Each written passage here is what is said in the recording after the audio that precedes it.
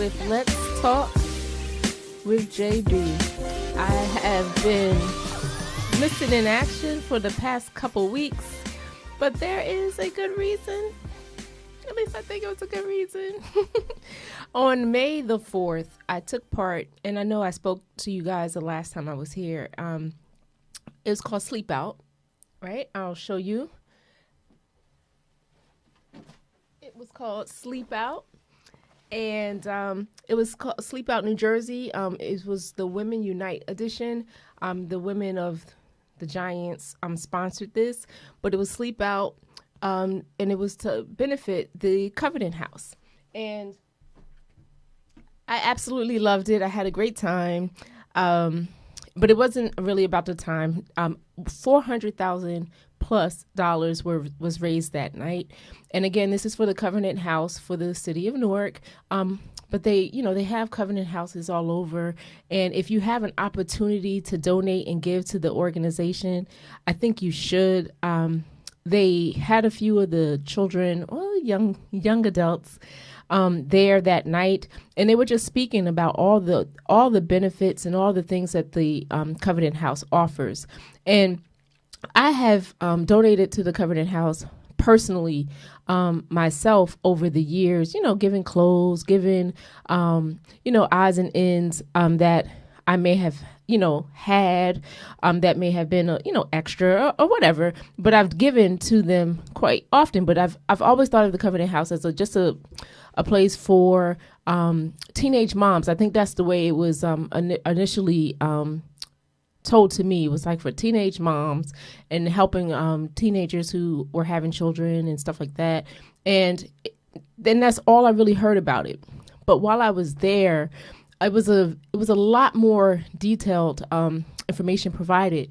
They offer counseling. They offer so many of the young adults there just were angry because they had no one to care for them and love them. They help with their mental health. It's not just a place to sleep. It's job training, job placement. And how they do that is by your donations. But on top of your donations of money, you can also donate time. And while I was at this event, and I'm going to show you a little video just to show you that I really was there. But while I was at this event, the thing that really that I truly enjoyed, as you know, as I explained, it was at a Giant event. So, at the bag, was from the Giants. The T-shirt that I got was from the Giants. But it was an amazing event. But the coach's wife was there, and so was the GM's wife, and they were there not just to show up and take the photo ops. They stayed, they slept out with us, and it was pretty amazing.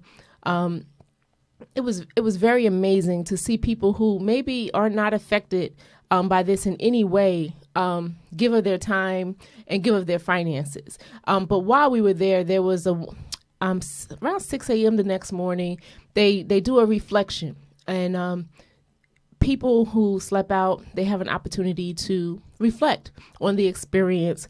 And so many people they stated that like how their eyes were open to so many things that they could do.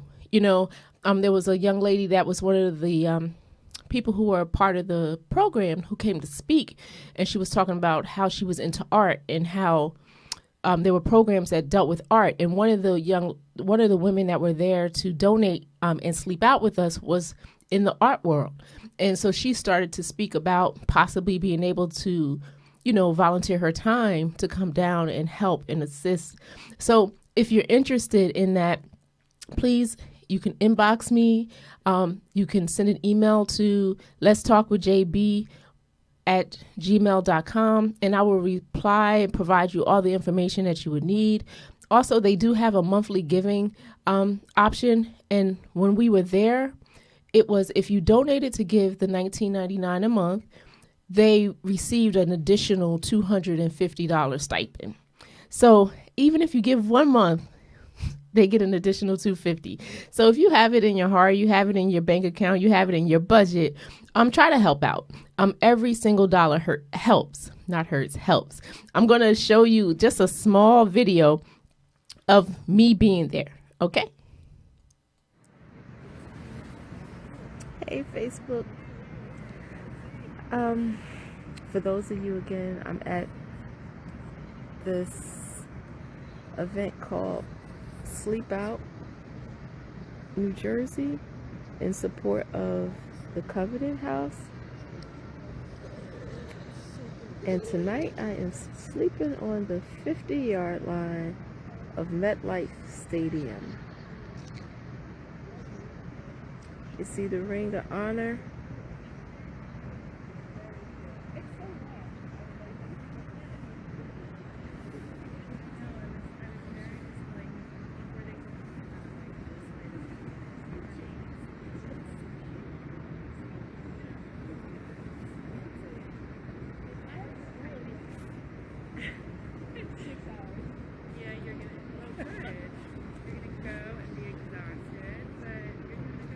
Thank you to all our supporters.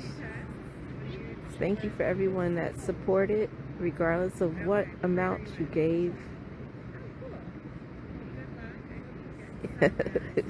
Yes, I'm sleeping out on the 50-yard line.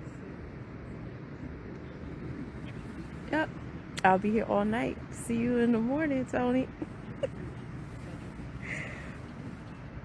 Yeah, God is so good, and you know, I'm sitting here and I got all of my little amen, right? I played them out of order, but that was the one when I was actually laid out in my, I did a Facebook Live video, and my cousin Tony was laughing and acknowledging the fact that I was sleeping outside. So the second one that I'm going to show is pretty much me just walking around talking about the turf. And it was, like I said, it was an experience that I will never forget. The opportunity to be out and be at Giant Stadium was amazing, but the opportunity to really just get a chance to hear everything that everyone had to offer and what this program is doing and how it's changing the lives of young people, and in comparison to what this program does in regards to other programs. A lot of programs that they have available, they just give them a place to stay. And once that time or they age out of that program, then they're left to their own devices. This program gives them a chance. It gives them an opportunity to be complete, whole, and ready to conquer this world. Okay, I'm going to share you guys the next one. All right, everybody, live from MetLife Stadium here at the Sleep Out. Thank you for everybody that supported. I truly appreciate you guys. This is why Let's Talk with JB was not on tonight. And I'm currently at, it's MetLife Stadium. I'm currently at Giant Stadium, and they have not started sleeping yet. And I'm starting to get tired. But being here on the field is kind of crazy. And this is a hot, slippery mess. This turf, I can understand why people don't like to run on it. I'm just walking, and it feels like I'm almost on skates. Right? It's pretty cool. It was raining. It's still kind of raining.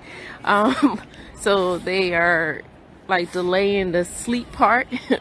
But it's pretty cool. It's an amazing turnout of ladies that are out here. They've raised over $400,000 for the Covenant House of Newark, and it's a pretty cool event. But on top of that, it's just really cool to just see people wanting to help out. And they had a few of the people who are actually currently in the Covenant House come out and speak and talk about just what the program has done for them and how it has assisted them in helping in various ways. So let me get back to this. But again, thank you everybody that supported, and don't forget to support the Covenant House of Newark. All right, talk to you guys soon. Now if I know how to turn it. Amen, amen. Okay, so that's just a little bit. Again, if you wish to be a part of these types of things, or if you wish to find out how to donate to the Covenant House, again, you can send an email to letstalkwithjb@gmail.com, and I will provide you all the detail about the organization. And what we will also be doing too is, like, if there's anything that you want to talk about on the show, anything you want more information about, because, you know, we've talked about gun control, we talked about reaching out to our councilmen, we talked about all of these different things. Anything you feel led to reach out about, please do so. Let's talk with JB@gmail.com. And gmail.com. And I will get your email, and I'm sure to reply. So I wanted to start off with why I wasn't here on May the 4th. Last week, the day before on Wednesday, the Knicks were eliminated. They were eliminated from the playoffs. So the last time you saw me, I was drinking the Knicks Kool-Aid. I was all excited. I was, looking at the path to, championship. I had us beating Miami. I had us beating the Celtics. I had us beating, the Denver Nuggets. I had us beating everybody. I had us being the champions of 2023. That did not happen. But as you can see, I still rep my team. However, Facebook has a way of really bringing things back to your remembrance, right? So I came across this. This was one of the things that came up in my memory for Facebook. Now, I have my number 7 t-shirt on underneath this sweatshirt, but as you can see, we were down 3-1, and I believe then too. And as you can see, we did not win back in I think this was 2013 or 14. So, you can see that I remain consistent. I am faithful. One of these years, they're going to come back from a 3-1 deficit. They're going to be that 9th team. But as of right now, no, the Knicks are out. I still plan to represent my team, so that's why I'm wearing it. I did not change teams. I'm not a bandwagon jumper, but I will tell you that I am go Denver Nuggets right now. I can't stand Miami. I can't stand Boston. And y'all know how I feel about LeBron and the Lakers. So go Denver. That's what we on right now. But the way right now, the way that Miami's playing, and not even Miami, it's just the way that Jimmy Butler is playing. You cannot really root against him right now. He's I don't know. It's kind of funny because the teams that are in the playoffs this year, the finals this year, are the same teams that were in the bubble finals. And even then, I was like, how is Miami in this mix? How is Miami is not expected to be here? No one saw them. No one saw them in this position.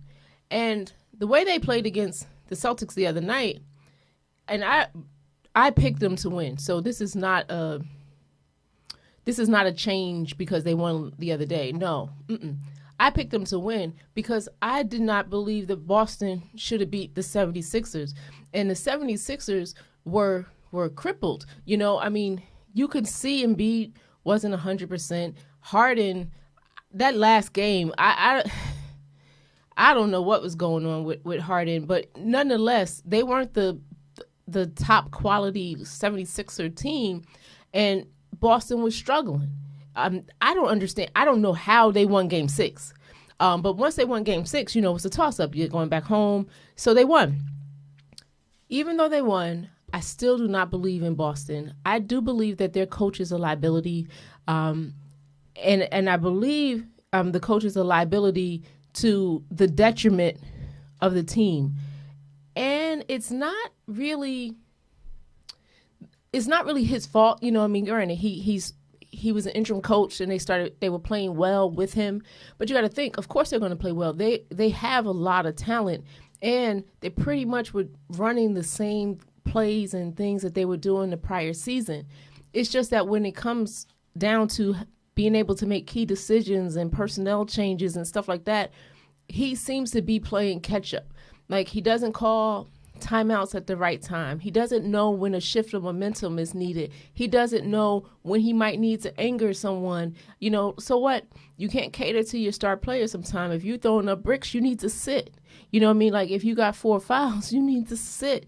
If they're on a 13-0 run, we need to call a timeout. Like I know that. So I didn't know what the struggle is here, but also too, Miami is very well coached. You can say whatever you want to say. Miami is extremely well coached, and he's probably one of the few coaches who's been a good coach but never won Coach of the Year. You know what I mean? So he has a little chip on his shoulder, I think, also too. I'm sure he wants to win without LeBron. You know what I mean? I'm sure he wants to do some great things, and if Miami makes it back to the championship game, which I believe they will, I think they have a better chance of beating the Lakers than they do Denver. I just think Denver plays that same kind of team game, like, one man, every man step up kind of thing. Now, maybe Jokic, he is the center point, just like Jimmy Buckets is the center point for Miami, but I just cannot see Miami, no matter Jimmy Buckets or not, I cannot see them beating Denver. I can see them beating Miami. I mean, I can see them beating the Lakers, but not Denver. So, we're going to see tonight after the game. The game starts at 8:30. It's the Lakers and Denver Nuggets. The Lakers will be down 0-2. I will be very excited about that. I will be posting about that, and I will be laughing about that. I'm sure there's many Laker fans on here. There's many Laker fans on here that's going to be upset with me, but the Lakers have no chance of winning a championship this year. Absolutely no chance at all. Denver is going to beat them. Now, if you do not agree with that, that means you are a LeBron fan, and you'll see soon enough. Well, also since I've been on, there's been some key firings, right? One of the things that I had a little bit of an issue with, the main one that I had an issue with, was the coach of the Suns being fired. I really like Monty Williams. I feel like he was an underrated coach. I feel like he has dealt with the personalities and the talent that has been on the team very well. I cannot understand him being fired. I just really can't. And the main reason why is because there's new ownership, and sometimes when new ownership comes in and stuff, they want to put their stamp on things, and I'm believing that has something to do with it. And I also believe that his relationship and his closeness with CP3 and may also have something to do with it. I'm not 100% on that yet, but this firing bothered me because he was fired the day after they lost. Now, mind you, they did get blown out in Game 7. They got blown out in Game 7 and on their home field, on their home court, which was really hard to watch. And this is the second year in a row. But this year, if you step back and you watch the Suns play, you know that it was more of a chemistry issue. And then on top of that, CP3 got hurt again. But, even with CP3 being hurt, I feel as though if there was a more cohesiveness between Durant and Booker, they would have persevered, right? And that's my problem. With you doing this in the middle of the season, you bring over KD. KD is hurt, so he doesn't even have an opportunity to really play with, Booker and CP3 until the playoffs really get started, right? And you can tell it was iso ball almost. Like Booker had the ball, Booker go off. KD had the ball, KD go off. But there's no movement without the ball. They stand around watching each other play. And it is not the coach fault, right, at this point. To me, it was more of, playing together. So I thought the whole squad would come back, possibly minus CP3. I did not see him coming back, but I was shocked by him being fired. But once he got fired, I was like, anybody can get fired. I said, anybody can be fired. It does not matter. So right after the 76ers loss, I posted this. Has Doc been fired yet? Now, mind you, when I posted this, I thought I was being facetious. I'm sarcastic, right? But nope. The next, like I think 2 days later, he was fired. Right after they asked him, "Hey, do you see yourself coming back?" Yeah, I got 2 more years on my contract. And then, breaking news: Doc Rivers has been fired. Now, again, if you're going to fire Monty Williams, of course, Doc Rivers should be fired. Now, the thing that's funny about it is, on paper, if you ask me if he should have been fired, I would say no. I mean, you have Embiid, who was hurt. It was evident that he was hurt. And what happened was the Celtics coach must have figured out that he was hurt in Game 7, third quarter, because they changed their whole approach and they started to go at Embiid because they knew he couldn't defend the way that he was supposed to defend, right? So, okay, so they change what they're doing and they win and they exploit Embiid and feel a little bit bad for Embiid because he did look really bad in Game 7, right? But Harden didn't come to play at all. I thought, and I was joking, right? But they could have kept Ben Simmons for that. You know, I was joking, but they could have kept Ben Simmons to play like that, right? So anyway, they fired Doc Rivers. Now get it. I understand there's a lot of openings, and sometimes when players become open, when coaches become open, they may be more willing to fire someone because they want to get a different coach in. And the coach that I was thinking that a lot of people would be interested in, that actually I thought would get the Houston job, but the job is already gone. But anyway, the coach from Toronto. A lot of people know that he's a good coach. He was a good coach, playing coaching in an area where not too many players wanted to go, and they won a championship with the 1 year that Kawhi was there. But a lot of people deem him to be a very good coach, and he won Coach of the Year. But now you got the Bucks coach out, you got Monty Williams out, you got Doc Rivers out, and you know the funny part about it is all 4 of those coaches were like Coach of the Year, top coaches of last year. Like I think, all of them had winning records, all of them. So the thought now is like, where are they going to go, right? So a lot of people are talking about it's just going to be like, like a scrambling. Like Doc Rivers may go to Phoenix may go, what I mean, that type of thing. However, there was a commentator that I was listening to, and this was on NBA radio. I don't know which one of the shows it was, but one of the shows they were talking about the talent that Doc Rivers has coached. And I mean, granted, he won with Garnett. He won with the first big 3, right? He won with Garnett, Ray Allen, and Pierce. And he didn't want to stay in Boston because, when they all started to retire, it's rebuilding time, and he didn't want to be a part of the rebuild, right?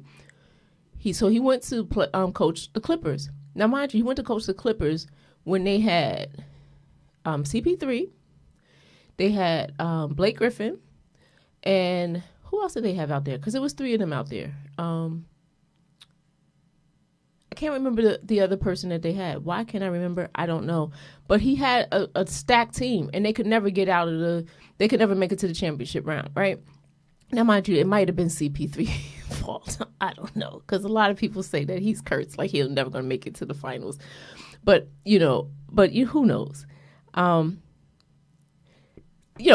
knows, right? So the point of the matter is that Doc Rivers has had some talent, and Doc Rivers hasn't won. So a lot of people are saying, now, why do we keep considering him a top coach? And somebody else was talking about how, and it was funny because I never thought about it like this. I've always, because, he was former Knick. Doc Rivers can do no wrong, right? He played for the Knicks. I support my boy, right? I support him. Not when you coaching 76ers, but nonetheless, I support him. But now there's a lot of talk about him going to not Memphis, with Giannis, because he played for Marquette.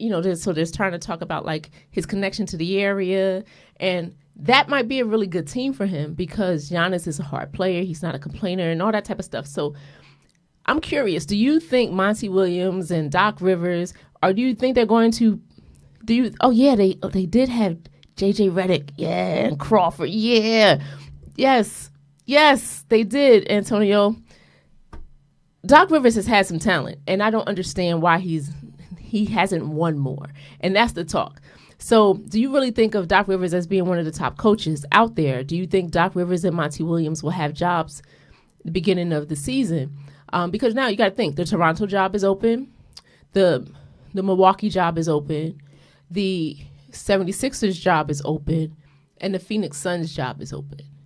Now, the thing that I heard, which is kind of nuts, but nothing, when I start hearing stuff now, I pay more attention because you didn't expect Aaron Rodgers to end up the Jets quarterback. Did you? No, right? So there's some talk, and it's not just now. Ty Lue, I've heard about him wanting to, no longer coach the Clippers because of the load management situation with Kawhi and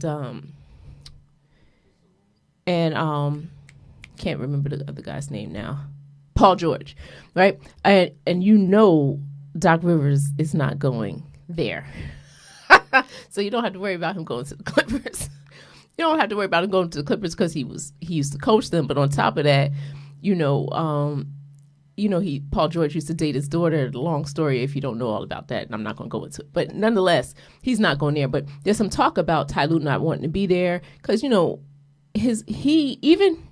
about it, even with Paul George out, Kawhi Leonard hurt, he had them playing ball fairly well. Russ played well under him, right?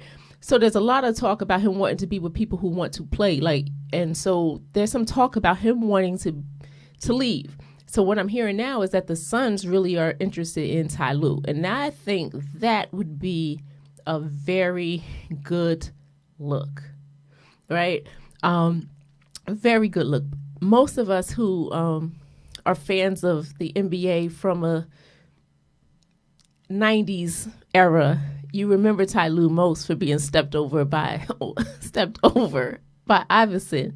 However, he has become a pretty good coach, and I'm curious to see because I was expecting the Clippers to be a better team, but you can't get mad at Kawhi because this is part of the reason why he left San Antonio, because not wanting to play, wanting the contracts where these things were kind of embedded in. They let him do that in Toronto and they won a championship. So the Clippers are allowing the same situation. However, the thing that I think happens, and I could be wrong, but we're having a lot of soft tissue injuries in football. We're having a lot of injuries, right? Sometimes not playing and not being in shape and all this type of stuff can lead to injuries, right? So Kawhi does all this load management, but he still gets injured all the time. So something has to be different. I don't understand somebody who play every other game and still get injured every year. I think he's been a Clipper for 4 years, and he played 2. So I don't really know what the right answer is in regards to load management or not. I do understand that it allows players to play longer, and I like watching Steph play. And I'm in LeBron is playing into his 30s, 40s soon, right? I still believe, I still believe in Melo. Melo could still ball, so Melo's can come back. But I'm saying all of this to say, load management may not be the answer for some of these players, right? So anyway, do you think Monty Williams and Doc Rivers will have jobs? I do not believe the coach of the Milwaukee Bucks will end up anywhere next year. I do believe he's going to collect that additional money that he has coming to him. All right. So, everybody that is on here, if you are a Lakers fan, please forgive me, but go Denver Nuggets. It is time to go up 2-0. And then when, and I see a few Laker fans, y'all, I'm sorry, but it is time to go up 2-0 tonight. So everybody check out the game tonight at 8:30. I'm sure you're going to enjoy it. I know I did the last game. Denver was up by like 12, 13 points, and I was just so excited. Now, the other thing that took place in the basketball world this week that passed was John Morant. Everybody may remember a few weeks back I spoke about this promising young man who was a basketball player, and how he was a role model for children, and how he pulled out a gun, went on Instagram Live, and swinging it around while he was at a strip club drunk, right? And everybody was like, oh, he's a poor guy. He needs to get it together. He was separated from the team. His father used to be at every single game, but after that, I noticed I don't see his father sitting sideline anymore. Like, I don't see, because his father became kind of like a celebrity, but I didn't see his father sitting on the sidelines anymore. So I say all this to say, after he went to rehab for what, no one really knows. But he had to get his life together. He said he had to work on himself. He needed to find a better way to deal with stress. And then he did a interview with Jalen Rose, which I felt like the interview with Jalen Rose was done to rehabilitate his image, because Jalen Rose was considered a bad boy for a while. He was like problem child number one. He came from the Fab Five, and he had a transition issue into the league, right? So I felt like him doing the interview gave a little bit more, made believability to what Ja may have been saying, right? So, of course, you bring in Jalen. This was after he met with Adam Silver, and Adam Silver is the commissioner of the league. And he comes out, and you can tell this is a rehearsed statement, because before Jalen can even ask the questions, he was like, "It's not my gun." Like he had a prepared script to say. But he ended it with, "I'll take full responsibility for my actions." So on Saturday, the 9th, was it like the 9th or whatever? It was like about a week ago. He pulls out a gun again. This time he's in a car with his friend, and they're rapping to some song. His friend puts up his fingers as a gun, and next thing you know, John Morant pulls out a gun, points it to the side of his head almost, like singing and rapping. And I'm sitting back like, boy, you were plumb dumb. I said, why does and you could tell, like, granted, the friend that's in the video has been connected to every nonsense thing that he has done. The friend has been banned from the sidelines of the Memphis Grizzlies games and all of that. But even the friend, he tries to throw the phone down so you can't see it, because it's very quick. The person who determined that was a gun in that quick thing and took a screenshot of it in that small time was on it, because I watched the video. At first I didn't see the gun. When I watched it the second time, I said, okay, I see the gun, right? But nonetheless, this was after Nike decided to keep his sneakers. This was after they only gave him, and when I say only, they only gave him a 5-game suspension, right? Now, I'm prefacing this with, I'm not talking about gun laws. I'm not talking about in areas where it's all right to carry guns. I am talking about this in regards to the NBA and him being a African-American young basketball player who is a face of a franchise and has a sneaker deal and has young children looking up to him.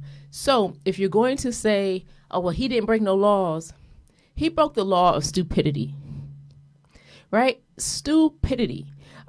The NBA, there's two things that was going on when that happened the first time, right? They were in the middle of their collective bargaining agreement. So, of course, the union had a little bit more leverage. They didn't want their player to be suspended. They didn't want, him to be kind of like blackballed, right? So, nonetheless, they were very lenient. I think he only got a 5-game suspension. When I say only, if you guys remember Gilbert Arenas, and mind you, it was a little different. It was a little different because he brought the gun to the arena. All right. But nonetheless, Gilbert Arenas was yeah, that was a dumb thing too.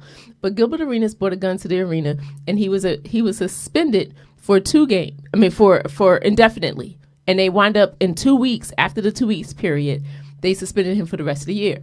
And Gilbert Arenas, I don't think he ever played after that, right? Anybody remember? You know, everything I remember about him after that was him being like a deadbeat dad and his kid's mom on Basketball Wives or something like that. That's all I remember after that, right? But nonetheless, Gilbert Arenas was a decent player. So I'm saying all this to say is that the precedent that has been set before when there's an NBA player with a gun, they've been suspended for the season, right? Say whatever you want, but the Memphis Grizzlies probably will be without the services of Ja Morant for at least half the season. I believe he should be suspended for the full season. You have people who gambled on games, which is legal. Which is legal. No one's going to get hurt from gambling on, you have football players who have gambled, or you have baseball players who have gambled on the game, and they have been suspended indefinitely. That hurts no one. They broke no laws. You know what I'm trying to say? So Ja, I don't think he understood, and needless to say, the amount of money that these kids are receiving, they believe they're above the law. I feel bad on one sense, but when I was listening to the starting lineup, that's what it is, NBA radio starting lineup, and I was listening to the starting lineup, and they were just saying how stupid this young man is. They was like, he was given a gift. Not only did Nike not drop his shoes, he was given a gift, an opportunity to rebrand himself, an opportunity for it to be just like one stupid thing that he did, right? And this is an example of your choices and your decisions. You have to, you are responsible for yourself. Your choices and your decisions, they can be a gift or a curse, right?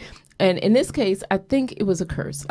Because what they said back when this happened before is that he needs to remove himself from some of his friends, right? Because the things that got thrown out there are the ones that are the gun, right? But you remember the Pacer incident where his friends who were sitting on the sideline, and one of them was the guy that was driving his truck, they were tripping. They got on the floor and they got in the face of trying to get on the floor, get in the face of the Pacer players, right? Then there was a red light, which probably was a gun, but a red laser was pointed into the bus of the Pacer players. So there's no proof. They didn't press charges and stuff like that, but that was one. The second, there's a young high school kid who's a basketball prospect who was playing ball in Ja's backyard. Don't know all the details of what happened. However, the young player is pressing charges against Ja, saying that he beat him up and pulled out a gun on him. So that's two. Then you have him, Ja, videotaping himself and going live in a strip club drunk, waving a gun. Then you have him again. Now, this is the latest incident. Now, these are just the ones we know about. Then you have him again who pulls out a gun again and go live. And on the first take, it's Frank Sola, I think, is one of the people, and I think he might have been the one that said this, but he made a comment saying, yo, you are ratting out yourself. He said, what is wrong with you? Do you need to pull out guns? Is that what makes you happy? Why do you need to carry a gun? You're riding around listening to rap music, and this is what we do. We pull out guns. And then he was just saying, this is what you do for fun, right? So he said the guy should get a passport, go somewhere, take it. And, mind you, he does have a young daughter. This is just such a bad look. Now, I go through all of that because this second gun has cost him.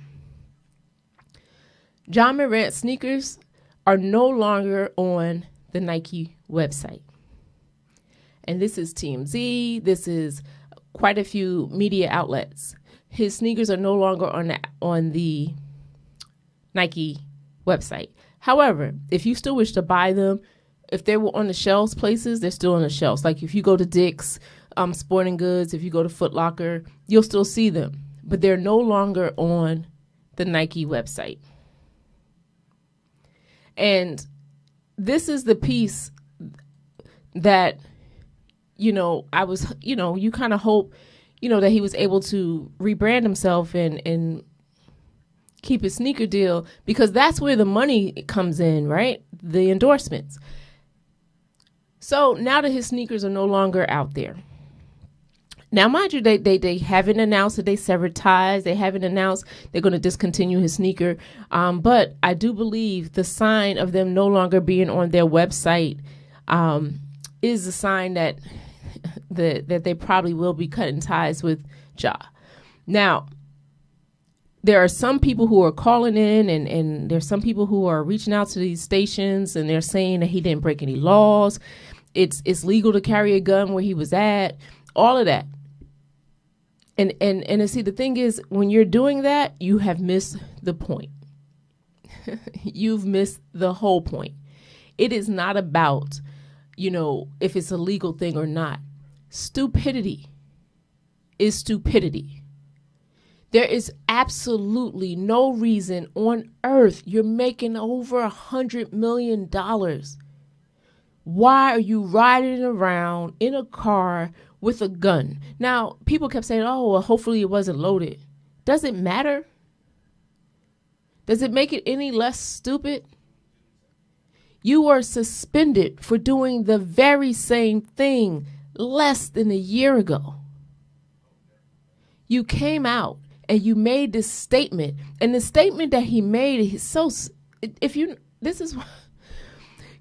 a lot of talk, and, my apostle, she says this all the time. There's power in your words. What you say, you have to be and do who you are. Like, be and do what you say, right? So he says in this interview that people are going to get the chance to see the real Ja. Like, that was a momentary stupid mistake. And it was like, he's going to grow from this and we're going to see the real Ja. Then less than a year, you pull out a gun again. So I guess now we are seeing the real Ja. We are seeing the real Ja Morant. And that's the problem, right? So when people come and they start saying, oh, well, he's this. He had both his parents. He went to private school. There is nothing that people can state that would make me understand in any way why he keeps finding himself in this same spot. I do not feel sorry that he is going to lose his sneaker deal. I do not feel sorry that he is going to be suspended. And see, the thing is, they're no longer trying to get concessions for the CBA. So they could be as harsh as they want to.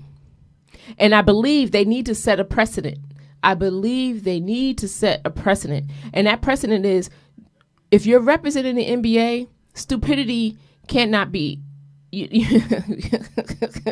If you think you're going to do stupid, maybe they need to treat him like they treat some of the football players, right? Where they have babysitters that go around and make sure that they can't do anything stupid. Does he need like someone to follow him around to make sure if they see him picking up a gun, they slap it out of his hand like you do a 2 or 3 year old when they're picking up something that they shouldn't? Like, what else could the NBA do? They had a conversation. They explained to him how you cannot do certain things and be in the position that you are in, right?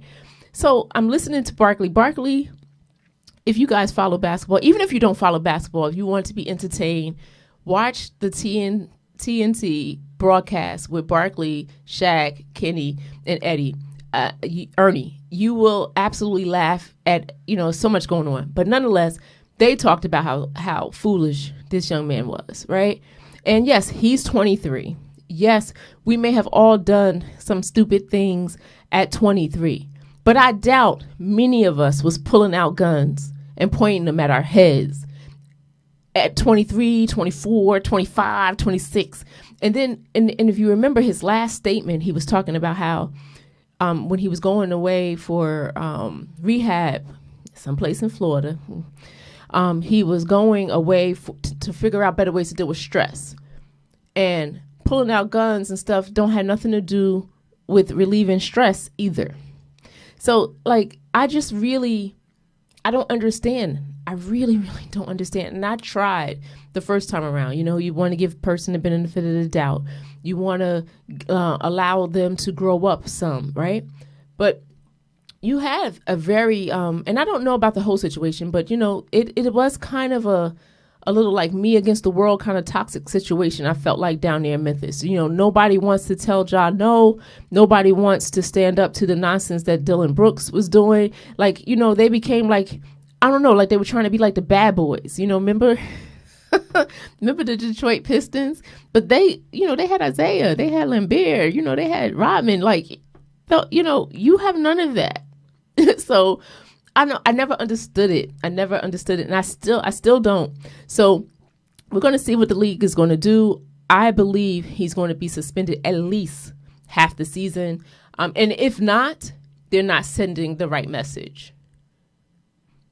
They're not sending the right message if not. Because if he didn't already have a prior situation, you would say, oh, you know, maybe he didn't know, maybe he didn't understand, or something to that effect.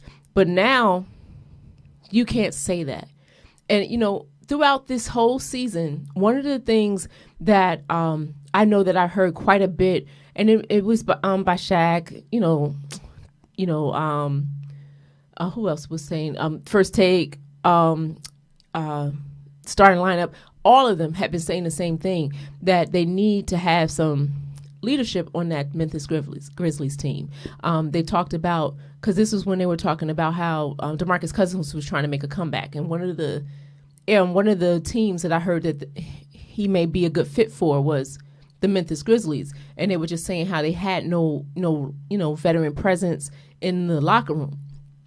But to me, some of that should have come just straight from the coaches and the staff, right? And to me, like, I feel like, and this is happening in more than one area, where these coaches are afraid of the players. You know, you're afraid you're going to get a Ben Simmons situation. You know, like, pretty much Doc Rivers told Ben Simmons that, you know, you got to man up, you got to play better. And he got mad, got in his feelings, and didn't want to play no more. So some of these coaches may not feel comfortable running away the star, if that makes any sense. You know, I mean, look at what was happening a little bit right now with now the Pelicans. They may not have the best organization. I'm not sure. But because you remember, Anthony Davis went there, number 1 pick. Then they had Zion. Both of them were hurt off and on.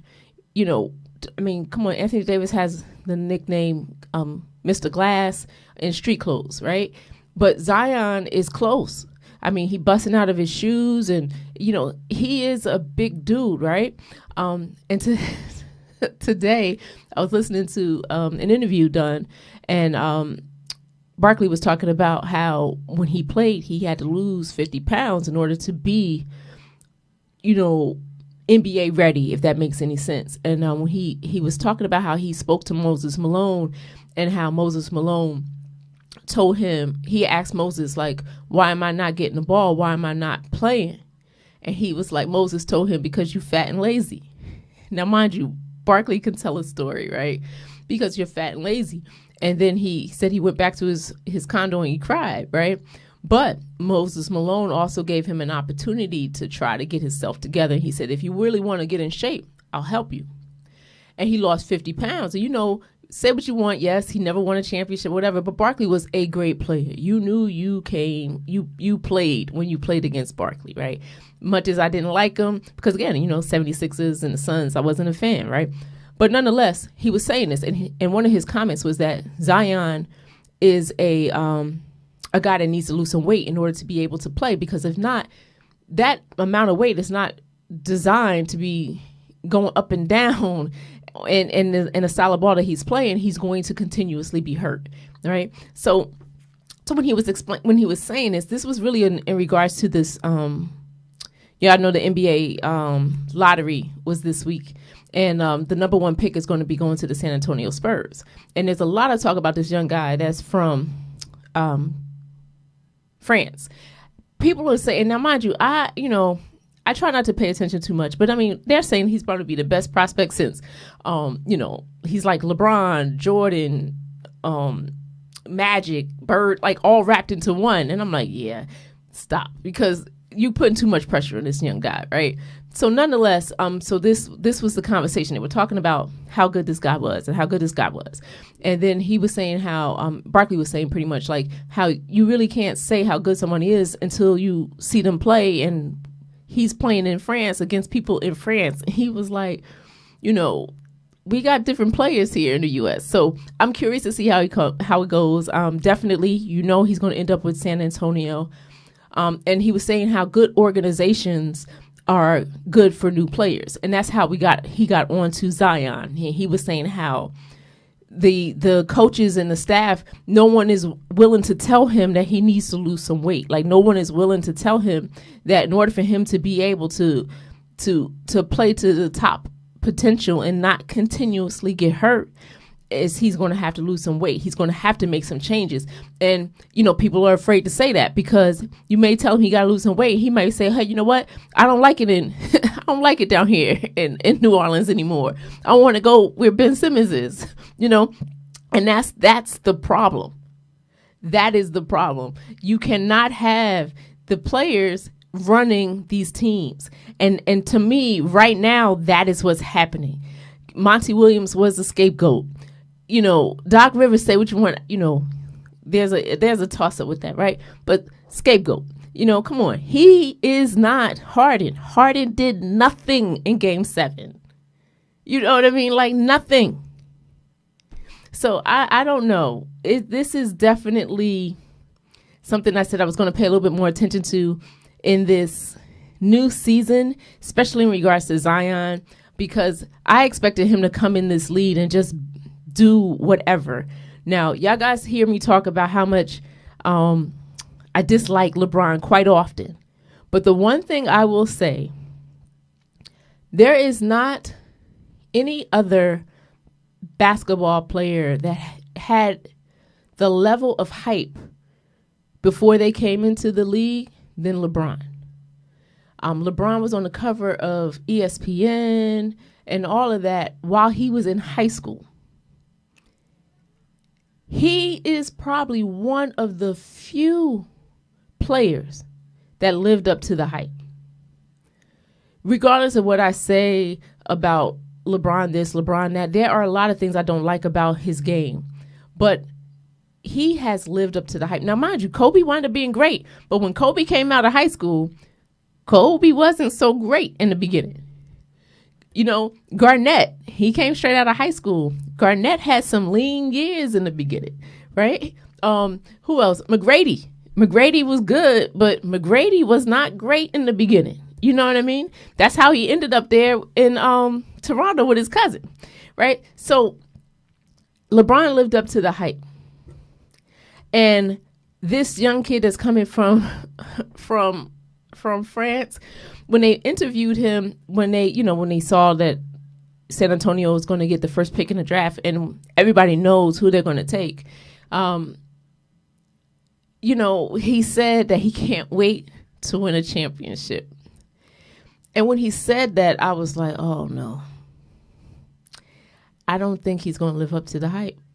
I just do not, because that's not what you say, right? And then, you think about it, you cannot, this is not boxing. This is not tennis where you only rely on yourself. This is a team sport. And this is a U.S., not France. So I'm very curious to see if he lives up to the hype. I'm going to post like a poll question or something to see how many people think he will live up to the hype. I've been going back and watching, because I don't watch France play. So I was going back and watching some of the highlight reels of some of his game. Yeah, he does have a shot. He's tall. He has height, all of that type of stuff. But I don't know how that game is going to translate here. So I do know that Pop is a great coach. I do know that the San Antonio Spurs run a great organization. And so if he can succeed, I think the Spurs is a good place for him to be, where I think he will be able to live out to the best of his, potential. And the other thing that I felt like Barkley said that I found amazing, because it was something that I was thinking already, and it was something I was talking to someone about, and we were talking about how the Joker, how he gets a lot of flack, and a lot of times he get a lot of flack. Say what you want, because he's white, right? African Americans who love basketball, they do not like seeing that. So you can say what you want, people believe what you want, but that's basically most of the people. He can't jump, he can't this. They complain about everything, right? And they make up all these things. Now, don't get it twisted. Embiid had a decent season, right? He did. He had a decent season, but I still felt like Joker was a better at that position than Embiid. Now, I'm not mad that he won MVP. Not mad at all. And maybe Joker's not mad either, because the last 2 years he won MVP, he didn't make it to the championship game. So maybe this is the year for him, right? I don't think he cares if he didn't win the MVP. But I will say what Barkley said that I had been saying or thinking is, when you think of the Joker, I think of Tim Duncan, like somebody who doesn't complain, come and plays game, does what he's supposed to do, fundamentally sound. Now to me, Duncan is more powerful, of course, right? But the Joker, he just does what he does. And I was saying to somebody, it's like almost like he plays in slow motion. Like, you see it's coming. There's going to be a hook. There's going to be a layup. You see it, but you can't do anything about it. You cannot stop it. You cannot, right? Then he has a quick little bounce pass. He does everything so well, right? And he just does it. He does not complain. He does not argue. He does not fuss and fight over calls. Like, he just does it. And he reminds you of Duncan. And this is what Barkley was saying. And when he said it, I was like, that's what I was trying to say, right? But nonetheless, I'm curious. Do you guys believe now that, Embiid is out and Joker's still in? If you were honest to look at their numbers and look at their style of play, who do you believe is truly better at that position? For me, it's Joker. And I don't know. I do not, and it could be because I have a little bit of 76er hate, I guess, because I'm in the same conference. But I just can't look at his game and not think and think Embiid's game is better. I just feel like Joker has a more well-rounded game than Embiid. I'm not saying Embiid is not a good player. I'm not saying Embiid doesn't play with heart. I'm not saying any of that. So do not come at me about all of that. But I am saying that I do believe that Joker's a better player, and that is why Joker's still playing, and that is why tonight we're going to see him shut down AD, and hopefully, yes, I will say that, yeah. I do believe Embiid is more of a finesse player. That's what I'm saying. Like, to me, Joker it's just like, how they used to call Duncan the big fundamental. Like, he's just very fundamentally sound. Like, what do you do? Like, I don't know. I like his game because it wins and it's consistent. He plays the same every game. He plays all out, and I don't know. I'm loving it, and I'm thinking that they're going to be the ones that's going to beat the Lakers this year, and that makes me very, very happy. Go Denver. Well, I know we're coming close to the end of the night, and as I said, every week we're going to talk about a Black business. So this week, the Black business that we're going to be talking about is Totally Fit with Pamela Long. If you guys are looking for a trainer, and we were just talking about Barkley and Zion, and Zion needing to get fit and get in shape. That's not just for NBA players, that's for all of us, right? So if you are interested, you can see the information on your screen. Again, if you want to get more detail, you can email me at you can email me at letstalkwithjb@gmail.com. But it's Totally Fit with Pamela Long. And you can do virtual, you can do in person. There are many options. So again, if you have a Black business that you would like for me to talk about, shout out, please, please, please, you can send that information on. I'm definitely plan to represent a Black business every week. And this week, it's this one. So I pray that you guys get fit. And I pray that I see you all next week right back here, 7 p.m. Let's talk with JB. Good night, everybody.